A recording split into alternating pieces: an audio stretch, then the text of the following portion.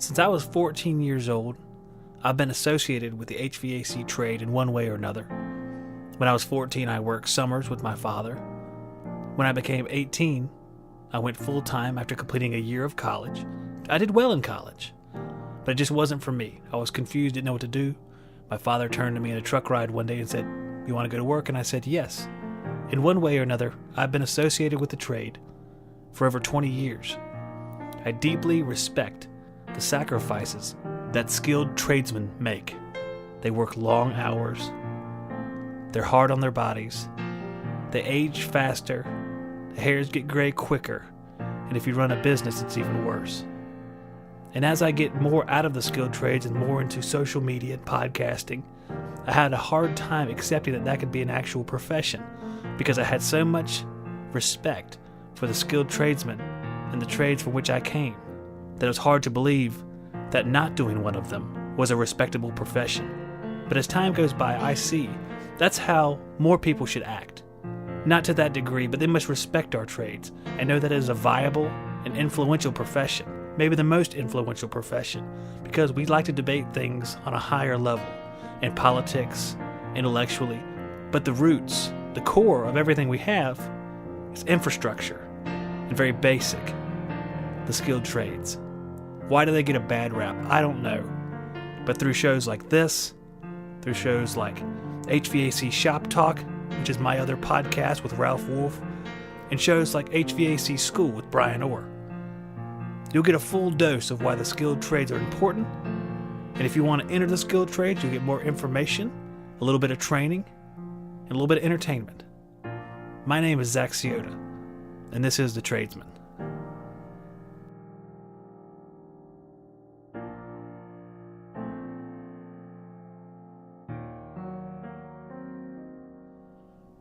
Something that skilled tradesmen deal with a whole lot is unions. Now, I have always had a negative opinion of unions. Since I was a little boy, I've always been told horror stories. You watch movies on TV, you watch Hoffa or something like that, you see an image of unions that is negative. The ideas of unions is to bring the workers together so they have a common voice, a stronger voice than they would have separately. And I understand that. When I was a young man, my father told me stories about the union, how he was going to enter a union because they were going to make him enter the union. It was an old strong-arm tactic, popular with the unions. They'd pay you a visit every day, kind of convince you to join the union. If you didn't, your tires went flat in the factory parking lot, which is what happened to him. So I was really surprised by the story, and that's what always stuck with me about unions. Bullies, tough, strong arms, no good, communist unions. That's what I thought of them. And a lot of guys right now are probably a little bit irritated by that statement or don't like that statement. But whenever you're young, you come up with these ideas about what something is. Doesn't mean it's true. Doesn't mean it's all unions either. Today, I'm finishing up our conversation with Eric, HVACR Junky. We're going to have an interview about unions, and he's going to let you know what his opinion of unions is. Eric's going to shed some light on what the good and bad points of the union are. He was in the union for 10 years. He's now set out on his own, so he's no longer in the union. But I do ask him a question at the very end. Would you mind returning to a union? Was it good or bad? So stick around for that, because I had a very negative opinion of the union. I'm not going to lie to you guys. It came from one experience and a story my father told me about what happened many years ago. So I wanted to talk with Eric about this. I wanted to go back and forth with him because it was a concern of mine. So Eric, here he is. He's going to tell us about unions. He's over there in California. I'm in North Carolina. We're far apart, brought together by the internet. A lot of different experiences, a lot of different work experiences, and different generations, basically, when we're talking about unions, basing my reference on an older union and his in modern day times. So let's hear what he has to say about unions and see what he thinks the good, bad, and the ugly of union work is.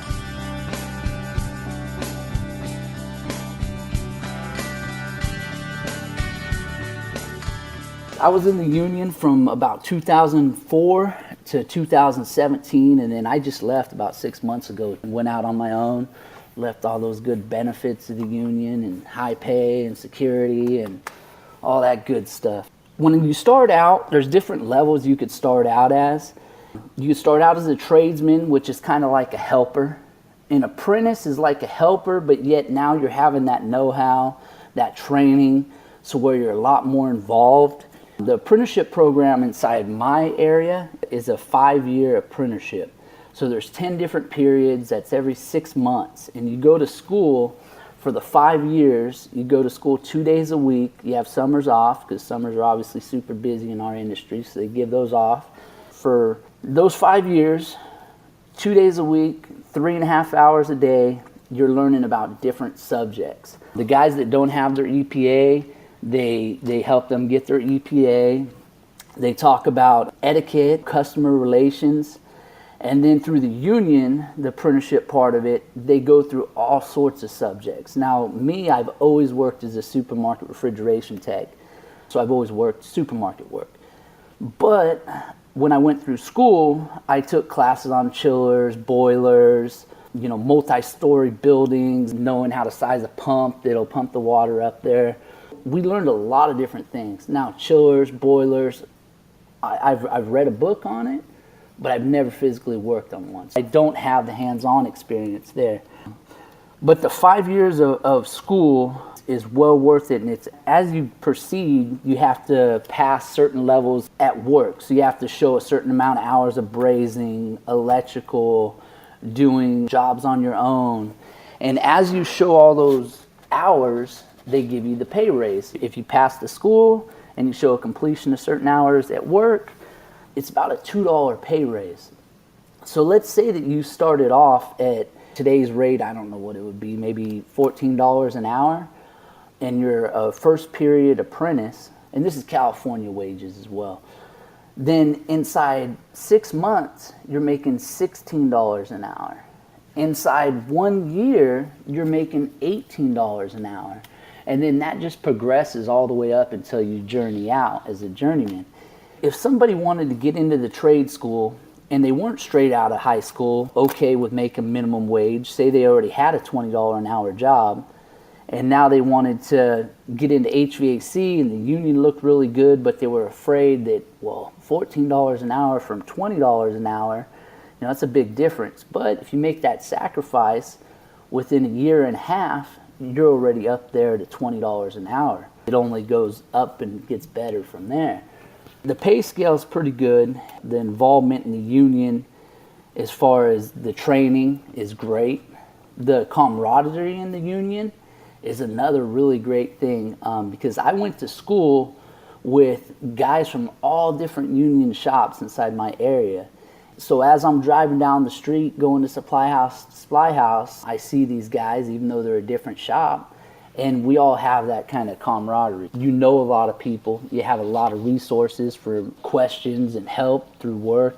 So when you become a journeyman in the union shops, they really put a lot of pressure on guys. Once you're a journeyman, they're paying you the big wages, they expect you to supervise projects. You really have to show what you know, show what you get paid for. That does scare a lot of guys that are apprentices, and when they do turn out. By 5 years of being in the union, you know enough, so where usually you do okay, and that's not really a big concern.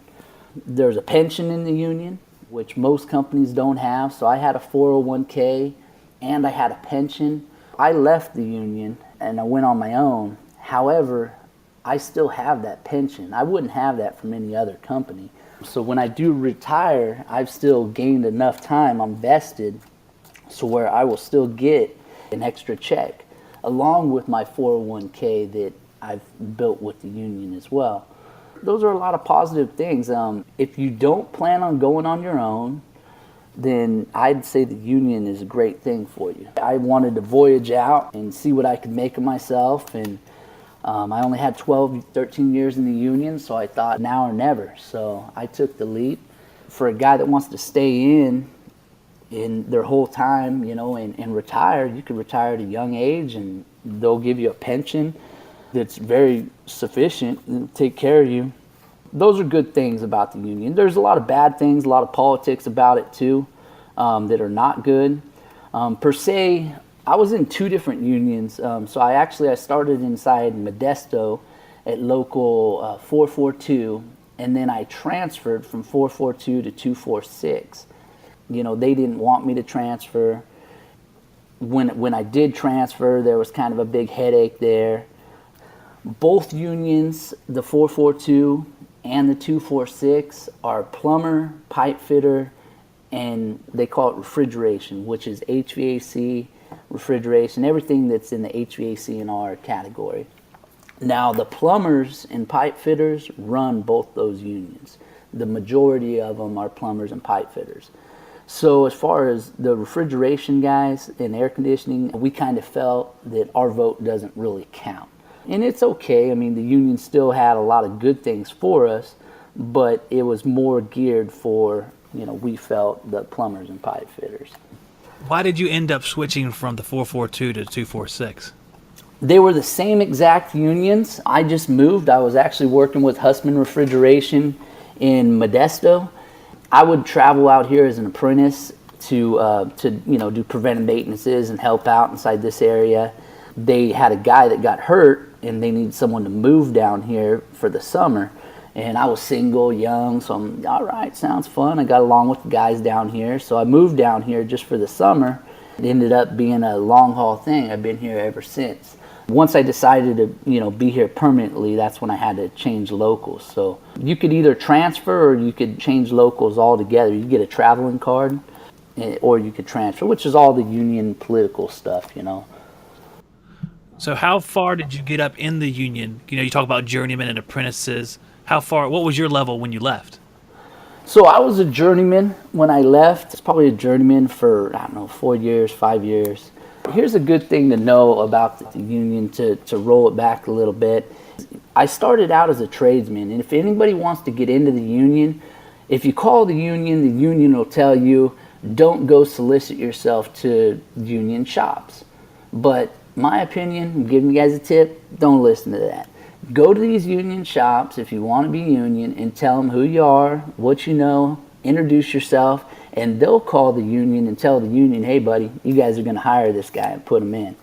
Because if you wait for the union to get you in, you just go down to the union hall and you're like, hey, I want in, they'll put your name on a list, have you take the apprenticeship test, and you'll probably never hear from them again. That's usually how it works. So that's an advice of getting a union job. The second part is you need to know the basics, and that's how come the trade school for me is golden.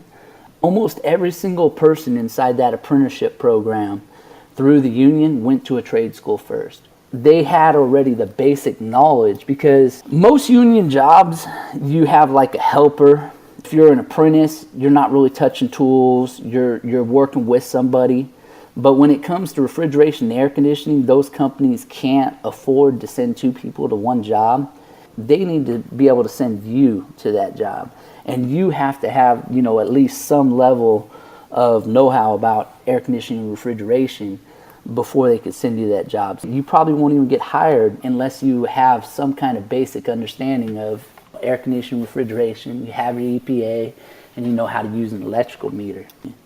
I went to the website for the 442, I guess, and I looked down through there, and it said they prefer to have 5 years of experience. Like, another thing with the union is they have plenty of plumbers and pipe fitters that would want to be HVAC guys.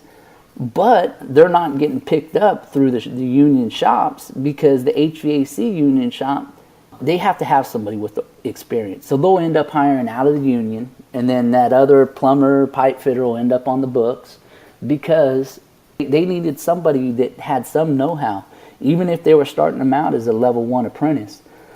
Another thing about the unions is you would think that they only start from the bottom. You got to start as a tradesman and work your way through the apprenticeship and work your way up, but that's not necessarily true. If you get a company that's going to take you on and you already have 5 years experience, 10 years experience, whatever it is, they can put you in as a journeyman. You might have to do some testing and qualify, but they can start you right there without you having to go through the apprenticeship program in a lot of cases. Not all, but in a lot of cases. Now, do you think that guys that are non-union or in non-union states, North Carolina doesn't have a lot of union stuff, guys that we work for years and years, like I said, I've been in the field for a long time, how do you think that they would react when you go to a company and say, well, we realize you have experience, but you got to take a test now. Do you think that's something they embrace? Is that something that typically you see a lot of guys going into union shops and actually joining up halfway up the ladder? Well, I've seen it, and it's garbage because book smart doesn't mean that you're smart. I'm not book smart. I read a lot of books, but I'm definitely not book smart. I've tried to get other guys, senior level, supervisor status, really intelligent, great technicians hired, and they had to go through the preliminary political garbage of, oh, you got to take this test, you got to do this. I've found that the squeaky wheel gets the grease, and in most cases, if that employer wants you bad enough, they'll get you in. They'll find a way to get you in. My supervisor over there at Hussman, he never passed the Hussman certification test. I passed it, other people passed it. I think he finally did, but it took him a few years. But you know what? That guy had way more experience and know-how than I have. But he couldn't pass a written test. That's it. Book smart and being smart is a lot of times different. That's tough. A lot of guys in our business are visual learners. So it's kind of tough to put them through a testing process, because that's one of the reasons why they're drawn to the trades, is because they're not test takers. They're hands-on guys. So it's kind of funny to have to be put through a test. It'd be interesting to see one guy go through a test. You know, you have this 50-year-old guy who has 20 years experience, says, hey, you got to take a test now, or you're not going to be a journeyman. Right. He'll probably think of that negatively.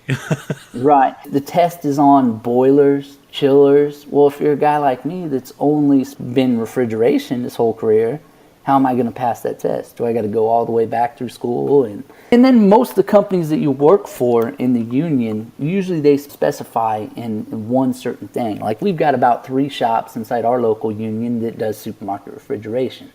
We have 1 or 2 shops that do big high-rise buildings. We've got another shop that does controls, and they only do controls. They're not getting into a lot of supermarket refrigeration. You shouldn't have to know everything and be able to pass a test on everything just to be a journeyman. Now, after that many years in the union, taking a decade worth of experience, more positives or more negatives? I tell you what, if I wasn't off on my own right now, then I would definitely be working for my local union. Pay was great. The camaraderie is great. I still know all those guys now, you know, even being on my own. The retirement part of it is great. As far as the political part of it, it really doesn't affect you that much. So that's not that big of a deal. It's just like working a job anywhere else, except for you have these benefits that you and rules that you go by. But if you're working for a different company, they have their own set of rules with vacation and pay and, you know, 401k and everything as well. So there's no difference in my opinion.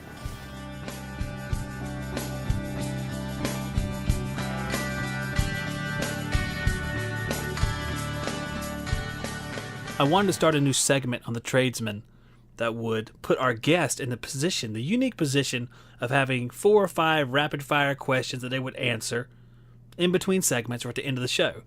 And since we're at the end of this show, it's a little bit smaller, so this is the first ever segment with Eric, the HVACR junkie. I ask him 4 questions. Off the cuff, he has to answer them. Let's see what he said. What part of your career are you most proud of? Well, I'll tell you, the 2 things I'm most proud of. Obviously, I'm most proud of myself for taking the risk to start my own business, because that's a big leap of faith. I'm also very proud of my know-how in supermarket refrigeration, just because that's what I specialized in for 12 years. There's not a lot of supermarket refrigeration techs inside each area. So it's definitely a specialty thing, and I'd say something to be proud of. Second question. What part of your career would you do over? You could always do it better. I've had a good career, but there's always stuff that you could improve on. And I think that over the past 3 years, I've really put a lot of interest into tools and learning more about my trade. Really applied myself more in the past 3 years of the 13 years. Than all the years. I've always worked a lot. I've never said no to on-call. And I've always excelled at my job, I would say. But especially the past 3 years, I put a lot of effort into it. Yeah, and so my point is I wish that I would have done that earlier. Put more interest into learning and reading about YouTube and reading, news articles and stuff like that about HVAC. Question number 3. After being in business for a short time, what surprises you the most about being a one-man company?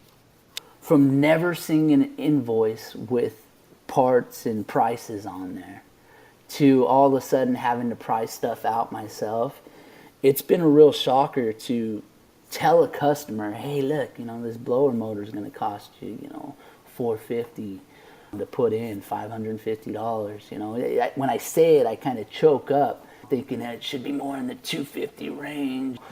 But then once I do all the overhead and how much I paid for the motor and my labor, and I'm responsible for that. I'm going to answer the phone if they call back, and I'm going to go out there and take care of it.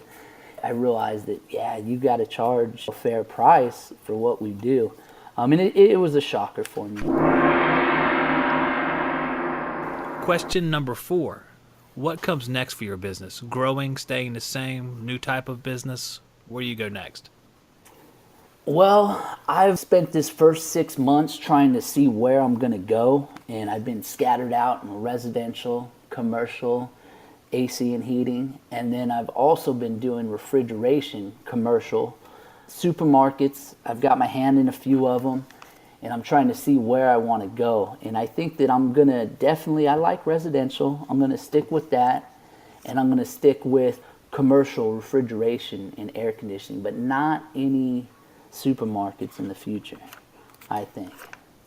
Because, I might still go supermarket refrigeration, but it's just, I want to have guys there that I could send out at 2 a.m. to go take those calls. I don't blame you. Yeah, where I really see myself in the future, whether I'm doing residential, commercial, or whatever I decide to do, is hopefully by next summer, I'm going to hire somebody. I live in a very big city where there's lots of customers. I don't want to be working 7 days a week, especially doing refrigeration. I want to have time where I could take off for my family and for myself. And so I definitely want to have a guy next year, but we'll see how that goes. Thanks for listening to the show today, guys. I know this show was a little bit shorter, but the reasoning is we had a busy week this week. Me, Ralph Wolf, my co-host from HVAC Shop Talk, used to be called Working Joe's Podcast. We switched up the name this week. Been working on switching up that stuff because we knew the name Working Joe's really wasn't working out because we couldn't find it on the searches and was sort of connected to that website, workingjoesroundtable.com, that some of you might know about. I created it last year. It's now going to be defunct. It's pretty much going away, so the name needed to change. Me, Ralph Wolf, and Brian Orr have been working this week on assembling this network, a podcast that you guys can listen to. There's going to be a lot more exciting stuff coming up. It's just the tip of the iceberg right now. But because of all that action this week, we've been a little bit short on time, so the podcast is just a little bit shorter than it normally would be. Next week, you can expect a longer podcast. Might even have 2 interviews. I'm not sure about that yet. I have a few guys coming down the pike that are going to be on the show. A lot of great stories. It's going to celebrate the tradesmen in the trade, before they entered the trade. There's going to be all sorts of stories out there about struggles and conflicts and triumphs. So stick around for that. There'll be a lot more exciting stuff to come. Like I said, I am Zack, the tradesman. You can find me on Facebook and the Tradesman Facebook page. Go ahead and give that a like. Give me a post up there. When we share our podcast every Saturday, do me a favor. Share it if you like it. If you don't like it, just be real quiet about it. But share it anyway. How's that? I'd really enjoy it. Thanks for listening, guys, and I will see you on the next one.